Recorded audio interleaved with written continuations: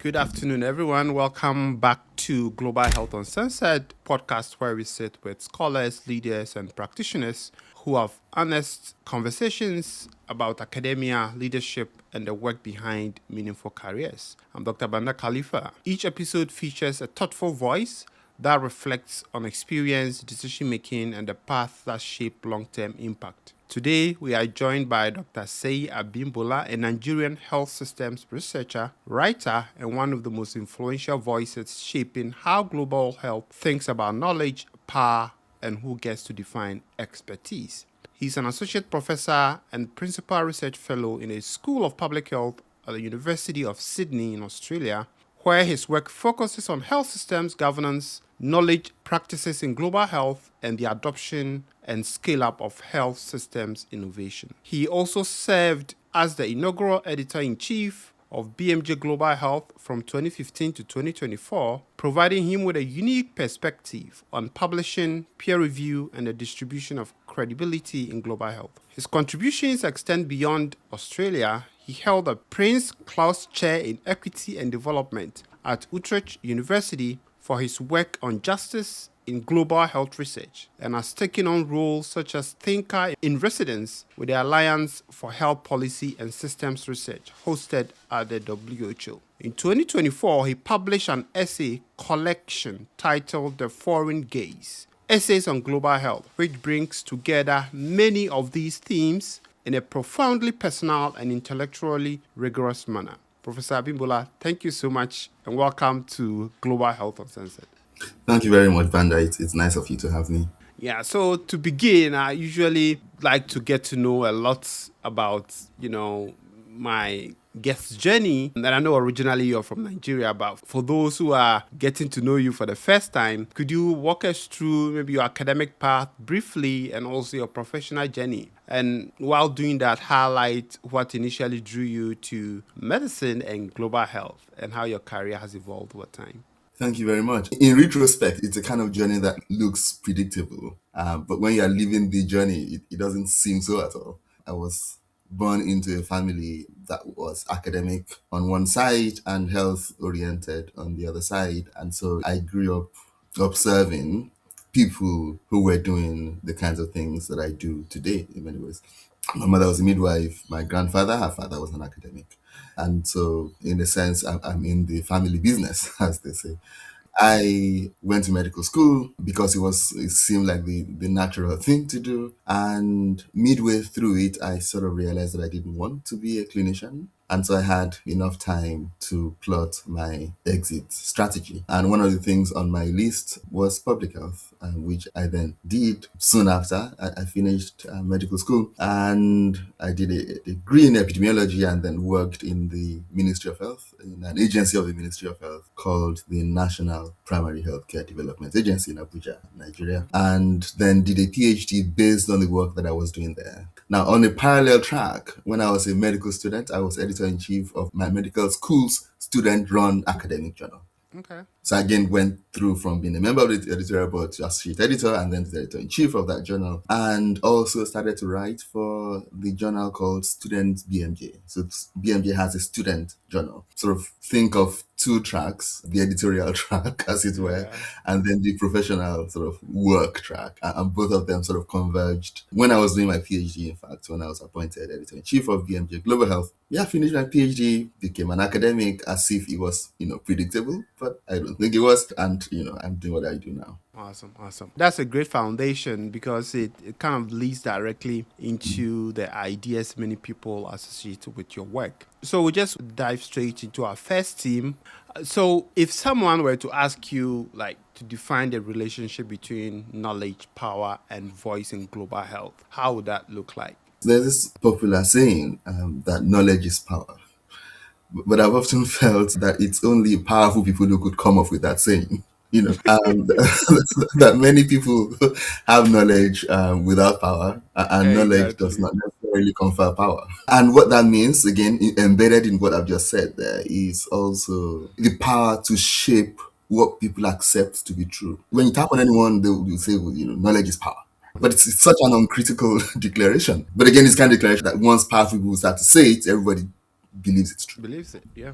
And I often like to add at the end of that, knowledge is power, but power is not truth, which in a sense also means that the kind of knowledge that comes from power is partial and reflects the position of power, which can be blinding in some way, in many ways, in fact, restricting. Hmm.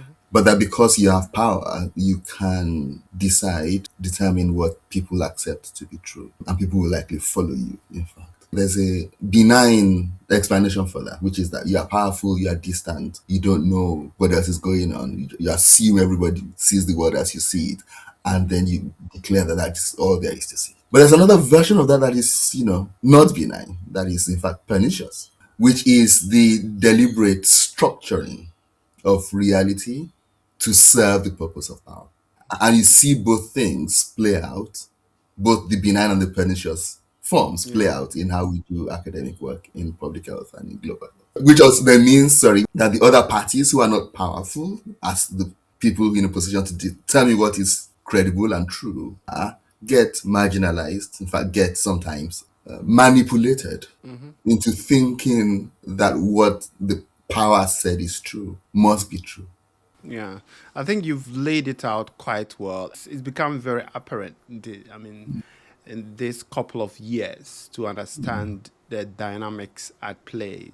The most powerful, most of the time, decide what is seen as true or what is seen as, let's say, knowledge. But we can clearly see that it's just misleading the people. So that differentiation is very important. I mean, you've been in this space for a long time. What are some of the uncomfortable truths about global health? I know, like, everybody talks about it. Global health is not fair. Global health is more, they've alienated global south.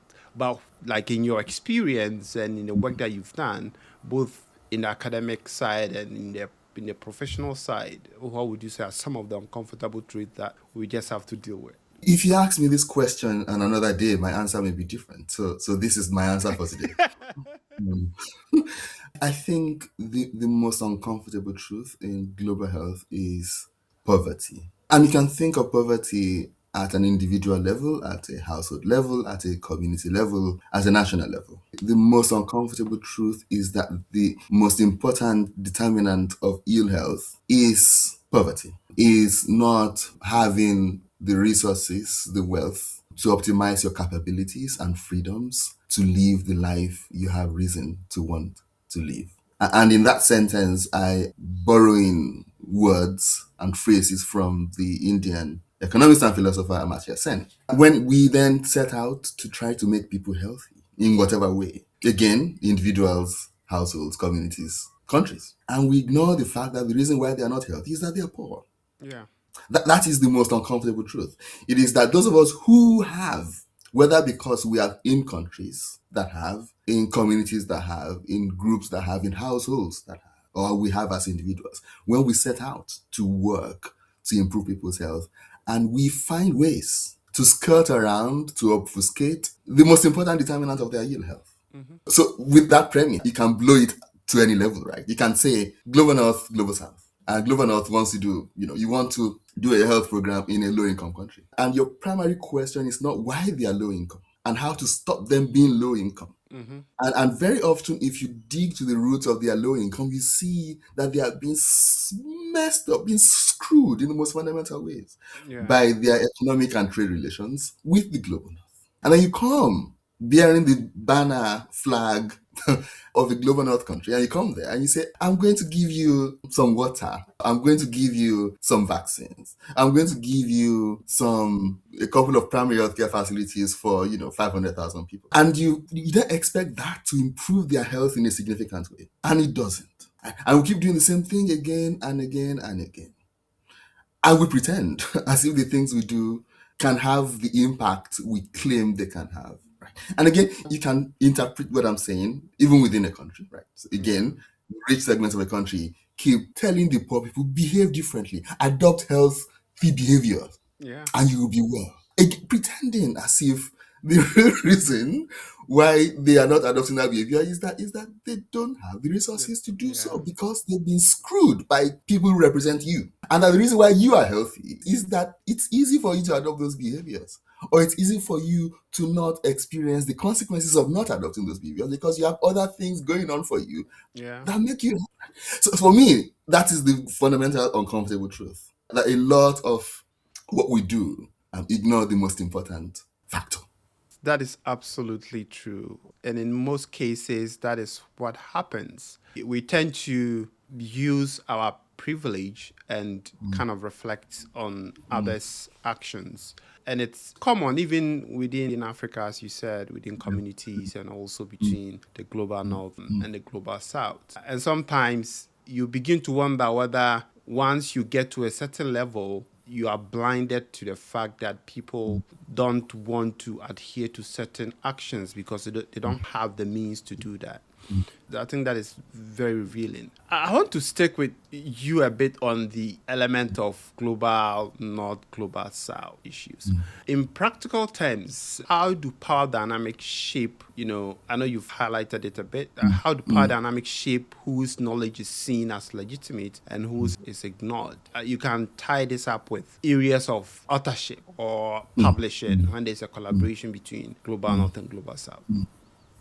I think the key thing to think about when one is thinking about research collaborations, especially between the North and the South, is that the agenda is set in the North, typically. And even when people claim that the agenda has been set in the South, ask further questions and you realize that it was set in the North. Or when people claim that it's been co-produced, in most instances, ask deeper questions and you realize, really, it was what you wanted to do ultimately that you did. Such that first, the project will often then not fully serve the needs of people in the global south. Or if you were serving their need, you will be serving it in a very short term, immediate, let us keep some people, a fraction of the people who would otherwise die alive kind of way. Not in a fundamental way of saying what will keep people living and living good lives that they have reason to want to live in this place, in the long term. Now, when such a project gets published or when you write the report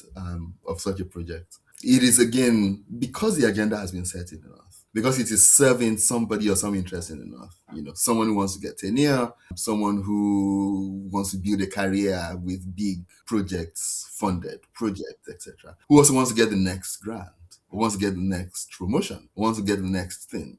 There's very strong incentive for that person to either make themselves first author, which is the person who sort of did the work, or the last author, which is the person who sort of led and supervised the work. There's a strong incentive to do that. One, because the agenda is from somewhere else, because it is serving other purposes. And so you see it play out on the byline. Now, so when discussions about authorship distribution happen, I'm often playing dumb because that allows me to say certain things that are otherwise difficult to say, which is that for any project that you're doing in a place, one would expect that some people in that place were involved in determining what that project looks like, in setting its agenda, in framing the question, in opening doors for you, access, etc., in helping you think through the methods that are appropriate, in how you analyze the data, in how you interpret the data, such that it is unimaginable that a project that is well done and that is trustworthy from such a place will not have people in that place in leadership positions or in positions that signal ownership on the byline, on the authorship, whether it's first author, second author, corresponding author, or last author. And when that is not the case, it's a signal. It's telling you something has gone wrong here. And what has gone wrong is deep and it's about the agenda of the project and whose purpose and need it is serving. So I'm often using the authorship discussion to point to the deeper thing, which is that what is this project about really? Whose needs and purpose and agenda is it serving? Okay. All right. So I want to take that lens into publishing because, these days publishing is one of the main places where legitimacy gets decided. So maybe you just move straight to that. So, you've been an editor for several years. From the editor's chair, what do you think early career researchers most misunderstand about how publishing actually works? I have to say that I have a very I have a biased view that signals a certain kind of power because I've been an editor of quite a mainstream, well-known journal. Yeah. And I've been in that role for so long that it's unlikely that I know in clear terms how an early career researcher feels about academic publishing. That's an important disclaimer at the start of what I'm about to say. Which it's a far messier process than we are educated and often socialized to realize. It's a messy process.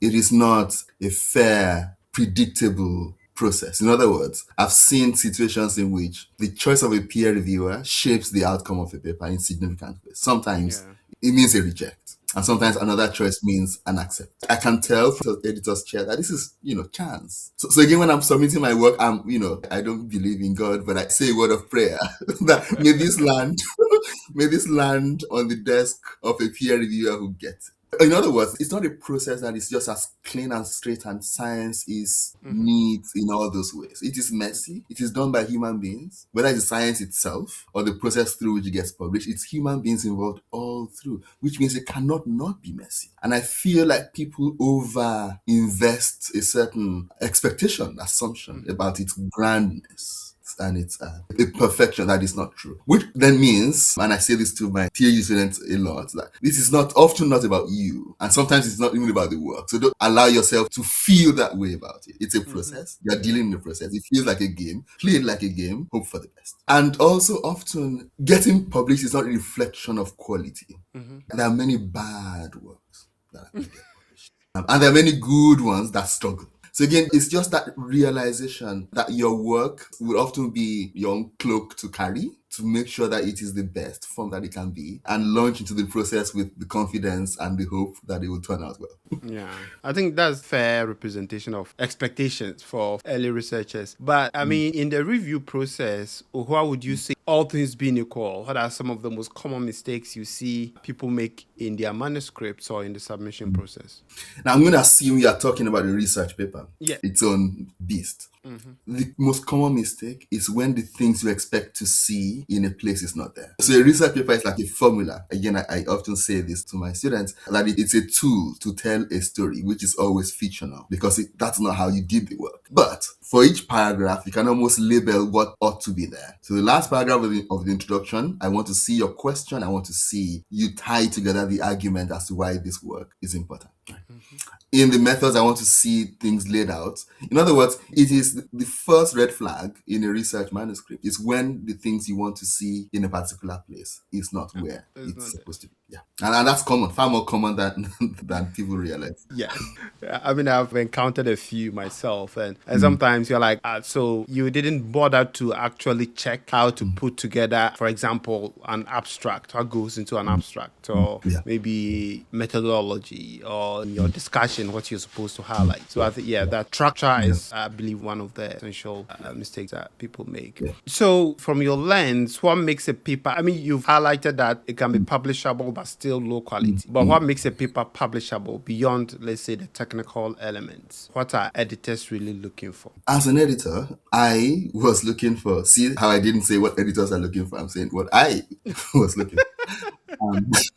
I was looking for work, especially when it's, again, research papers, either work that does something interesting, important methodologically. I want you to be doing something with the method, with the concept, with the framework, with an idea that is deep and meaningful and can help other people do that kind of work better. So on the one hand, I'm looking for that kind of work that is methodologically rigorous and interesting and innovative and can lay the path for other people trying to do similar things to learn from. On the other hand, and these two don't necessarily have to be present. When they are present, it's great, but I don't expect them to both be present. The other hand, I'm looking for work that has meaning and value for a particular purpose, for a particular place, for a particular issue. And often that will connote some kind of currency, that there's an issue present, or that there's an issue that should be present but isn't, and you want to make it present. Or there's an issue that will be present in 5-10 years, and I want us to start thinking about it now, and I did a study too. So that kind of usefulness, I want to feel the usefulness, or I want to feel its methodological usefulness. Those two things are the things things that were front and center of my mind as an editor-in-chief of a journal. I want to see one of those two at least, and sometimes both in a paper. Now, it's hard to see both in a paper, of course, that's asking for too much,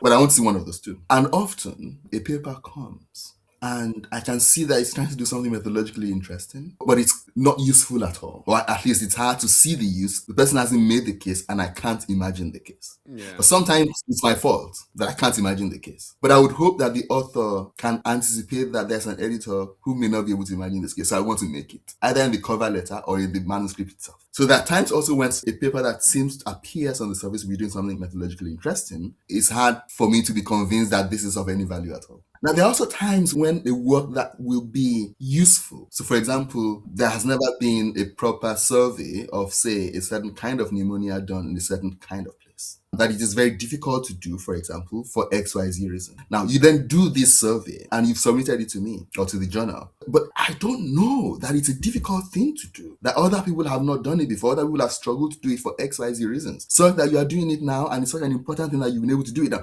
Survey is not methodologically innovative, path-breaking, but applied in a space and with a certain kind of rigor and for a certain kind of really pressing purpose, it becomes very, very important. But if you have not made that case, again, in the paper itself or in the cover letter, it's hard for the editor to know that this is, that you've done something great or important. So for me, those things are very important, that an author is anticipating how an editor or a peer reviewer makes their judgment. And is trying to make sure that they're signaling all the things that make this work important and worthwhile. Front and center. Like, you're not pretending, you're not hiding it, talking it away in some throwaway phrase somewhere in a paragraph. Like, it's paragraph 1, introduction. This is a very difficult thing to do. XYZ, I've tried to do it, it failed for XYZ reasons. Hence, we have done this. And in methods, you show me what you did to make that happen. And again, it seems intuitive. Yeah. But it's something people often forget or assume it's not necessary. Like, you have to make a case for your work and you have to make it come. You have to sell it. I was pitching an article to an editor last week. It was done by one of my PhD students, and I said, email this editor to say, you really like it. And I wrote this paragraph about this paper. And then when I saw this PhD student, they said to me, was that our paper?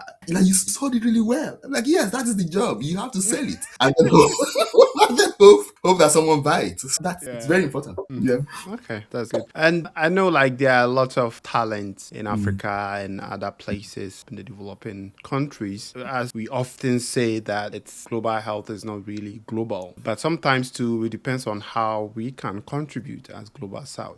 So in practical terms, how do you think Africa and the rest of Global South can contribute and perhaps lead in global health research and leadership in ways that will be able or can attempt to shift the power dynamics?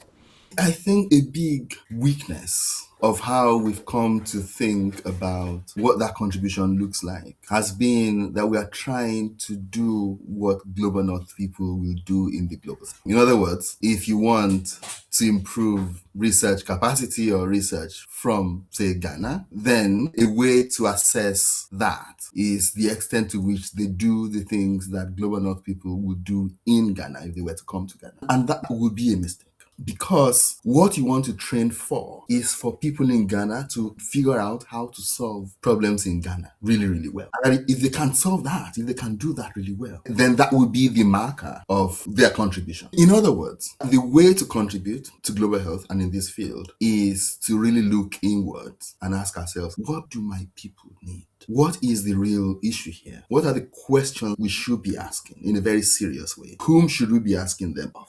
How should we go about asking them, etc., etc.? That is how we contribute. The we here, of course, is the African or the Global South we. But you see what I mean? That we have to take seriously that we are not foreigners in our own space, that we are local in those spaces when we're thinking geographically in this way, that we are at home and we are looking around and we are taking in everything and we are trying to solve the problem. And that we're not pretending that we've come from somewhere else and we're looking at it as if we're other people. And I feel like in a lot of our efforts to stand up or to contribute, the drawback and the weakness and the reason why I suspect a lot of it fail is that we are trying to play as if we're outsiders. And I often point at places like Thailand and Indonesia, for example, as places where you can go to understand how people do what I'm trying to say, which is that they look at their system and they're solving their system's problem. And, everybody else, you can come come and do your study and go away. Like, it doesn't, Yeah. nobody cares. But they're solving their problems. And a lot of their most consequential papers are published in their own language for their own audiences to solve their. Again, they do the English thing, they do the international thing, but it's secondary. It's secondary. If you hang out with them, they will tell you. So it's that kind of really looking at your system, taking it in and saying, what do I need to do here? Okay, thanks for that. I think this gives us a leeway to kind of pivot to building the capacity for the continent. And so I want to make this practical for people making Yeah. decisions right now or sometimes in the future, especially those considering graduate school outside of the US and the UK and Canada. So our next theme will be on graduate school and opportunities in Australia. Yeah. Oftentimes when we talk about graduate school, people don't really think about Australia. I mean, when I was applying to graduate school, it was mainly the US. And especially for my master's, I didn't even consider the UK. I know like there are a lot of people in Ghana and also in Nigeria who also fancy the UK quite a lot. But I see few people talking about Australia, graduate school in Australia. So I want us to maybe talk a little bit about how the whole journey is like. Now there seems to be a lot of challenges in terms of funding, in terms of even commitment to public health in the US and other places. So to start off, what really drew you to kind of building your academic career in Australia, and how has that environment shaped your work? I was fortunate to ride on a bus with a Canadian academic whose name is Alexandra Martinique. She's a professor now at the University of New South Wales in Australia. We got talking and she told me about Australia and gave me an idea of where I might apply for a scholarship to come and do a master's degree here. That was the year I finished medical school, was when we met at a conference in China. And I applied and I got a scholarship when I came here. I did a master's, then went back to Nigeria to work in the National Primary Healthcare Development Agency, and then came back to Australia again to do a PhD, both with her as one of my supervisors. So in other words, it's just chance. It was happenstance. It wasn't like I was, planning to go to Australia. and even and even when I came here, I didn't to do my PhD here. I didn't plan to migrate here. I'd just gotten married when I got the scholarship to do a PhD, and I said to my wife, I will just go for a couple of semesters and I'll be back. Because I'm not one of those people who left. I didn't leave Nigeria wanting to leave Nigeria. It's a strange thing because I don't feel like an immigrant in Australia. Like I feel like I'm here on a temporary basis, even though I'm as permanent as it comes. She said, you can't leave me here for that long. Let's go together. And we came together and we've been here ever since. So it's that kind of scenario. It wasn't planned. Now, my sense is that the reason why people don't come here often is that the United States is the global empire. It's where everybody looks to. So it's big in that way. The UK colonized us. So again, we have those relationships with the UK, and those who France colonized will often go to France. So Australia is just on the side, and Australia is, I often remind people, it's a small country. It's like 25 million people. It's small. It's big geographically, but it's small, which also means that everything here is much smaller in scope and scale than you will see in the US or the UK. It's smaller. That's the reason why not many people come here. It's small. Okay, so I mean, for prospective applicants, what would you say they should consider before perhaps deciding to maybe take the step in applying to a graduate school in Australia? I know like you've been also in academia, so you've encountered a lot of students. What considerations should they give before they decide to apply to programs in Australia? So for master's programs, there are usually, for some African countries especially, but also more so Asian countries closer to Australia, there are specific Australia Awards scholarship schemes that would have designated fields or areas of study for each country. So if you're able to find those, and it's available online, if you find those, that's often the straightest, easiest pathway to study here, especially if you're an African. If you are an Asian, some Asian countries have bilateral arrangements with Australia that creates special tracks for their people to come and study using those kinds of scholarships. That's master's degrees. For PhD programs, Australia is more like the UK in nature and structure of PhD programs than the US, which is that you are assumed to have learned everything you need to learn before your PhD, and you just start and hit the ground running, do your research and get out, or at least get out of the program.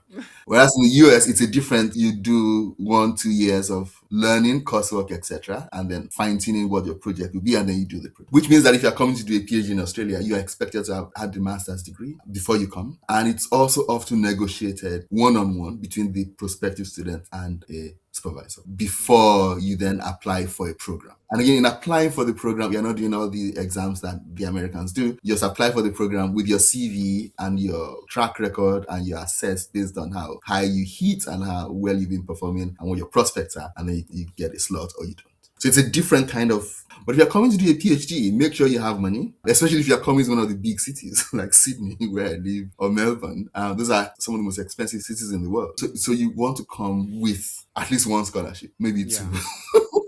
Because it's very expensive here. And because you have such a very tight schedule for your research, you can't afford to be doing too many other things outside of your PhD. Otherwise, you will struggle. So you want to come with money, come prepared, know your topic, find a supervisor that you're sure is a good match. I don't need to say that the supervisor is the most important actor in the fate of a PhD program. So you want to pick carefully. So that's what you want to be thinking about. Money, supervisor. Okay, so the process in Australia seems to put a lot of weight in identifying a supervisor, especially for the PhD level. Cold emails are very important there. But what would you say is the international student presence in Australia? I mean, apart from University of Sydney, what other schools tend to have, a significant number of international students? I think most of the universities, if not all of them, have quite a good number of international students. In fact, someone was showing a graph to me late last year showing that the enrollment for PhD programs of domestic students is coming down and for international students is going up over time, right? Which also means that if you go to a room where there are PhD students, you will likely find that many, if not most of them, are international students. Almost any university in this country. And of course, a lot of those people will be from Asia and places close to Australia, India especially, and China especially, Indonesia too. So there's a cluster. But you also find increasingly Africans, more and more Africans, including Ghanaians. I say this because I know you're Ghanaian. So it's quite international. The universities in Australia are really very international. Now, the international is often not Black African. So you find other internationals, and sometimes you may struggle to see, fellow Africans in as big numbers as you may see other people. But it's quite international. Oh, okay. That's good to know. Yeah, I think we've exhausted a lot of time. Before we close, we end every episode with a short segment, quick take or rapid fire. I'll ask you short questions and then you would answer as fast as you can. There's no right answers, just honest ones. So when I ask you about Nigeria and Ghana, I'm expecting an honest answer. You get one if you ask me. All right. So the first question is, one idea in global health you think is widely repeated but rarely examined carefully? What representation means. We want more Black and brown people, more women in certain spaces or certain rooms or certain positions. But what do we really want out of that? It's one thing to change the color of a place. It's one thing to paint on top of a rotten, weak structure. It's another thing to really try to strengthen the structure itself. In other words, what do we mean when we say we want representation? Yeah. Okay. A buzzword in global health you would gladly retire. Can I pass? Yes, I want to pass because I feel like global health is so big and so broad that each word has its own value and its own time. Or sometimes hope that they will go and come back again. Okay. I know you have a lot of books behind you. One book you think every global health practitioner should read? I'm interpreting practitioner as someone who implements things. And there's a book that I like very much. It's an autobiography of one of the first women doctors in the US, in New York. Okay.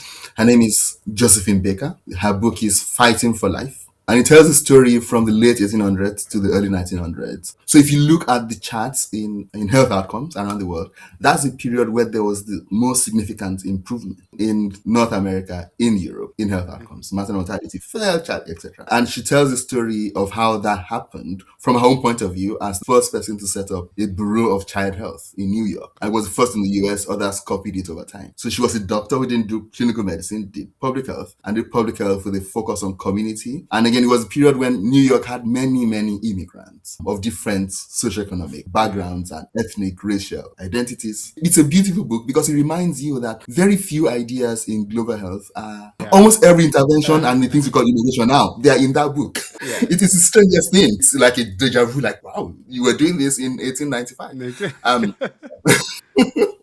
All right. Okay. One habit that has quietly served you well throughout your career. I think is that I like to have fun with ideas, even when it's the most serious thing, even when it's the most depressing thing. I feel like I'm able to have fun, whether writing about it, thinking about it, talking about it, and finding ways of talking about it that allow me to smile about it, even when I'm fighting somebody else about it at the same time.